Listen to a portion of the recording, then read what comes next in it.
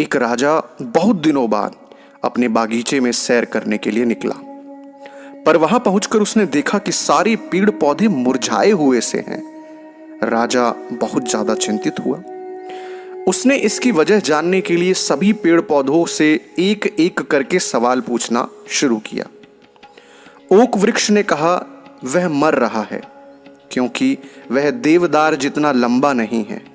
राजा ने देवदार की ओर देखा तो उसके भी कंधे झुके हुए थे क्योंकि वह अंगूर लता की भांति फल पैदा नहीं कर सकता था। अब अंगूर लता इसलिए मरी जा रही थी कि वह गुलाब की तरह खिल नहीं पाती थी। राजा थोड़ा आगे गया, उसे एक पेड़ नजर आया जो निश्चिंत था, खिला हुआ था और ताजगी में नहाया हुआ था। राजा ने उससे पूछा, बड़ी अजीब बात है, मैं पूरे बाग में घूम चुका हूं लेकिन एक से बढ़कर एक ताकतवर और बड़े पेड़ दुखी हुए बैठे हैं, लेकिन तुम इतने प्रसन्न नजर आ रहे हो, ऐसा कैसे संभव है?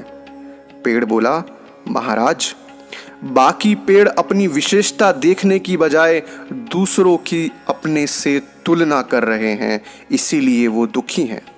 जबकि मैंने यह मान लिया है कि जब आपने मुझे रोपित कराया होगा तो आप यही चाहते थे कि मैं अपने गुणों से इस बागीचे को सुंदर बनाऊं। यदि आप इस स्थान पर ओक, अंगूर या गुलाब चाहते तो उन्हें लगवाते।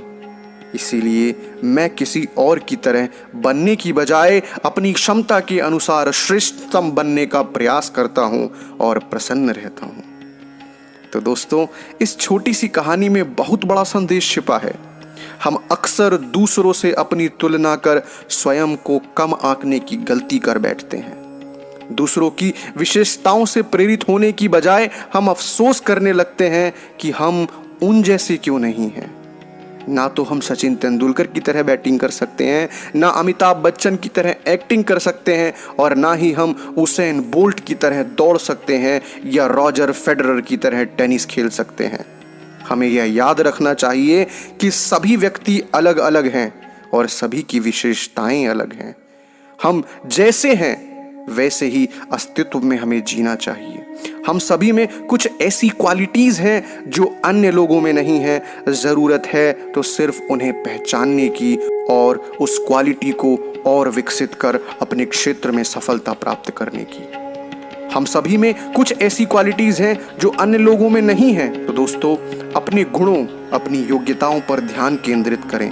यह जान लें, आप जितना समझते हैं आप उससे कहीं बेहतर हैं। बड़ी सफलता उन्हीं लोगों का दरवाजा खटखटाती है जो लगातार खुद के सामने ऊंचे लक्ष्य रखते हैं, जो अपनी कार्यक्षमता सुधारना चाहते हैं। तो दोस्तों, इस कहानी में इतना ही।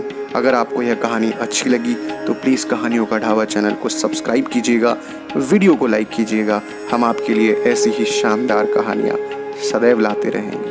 धन्यवाद।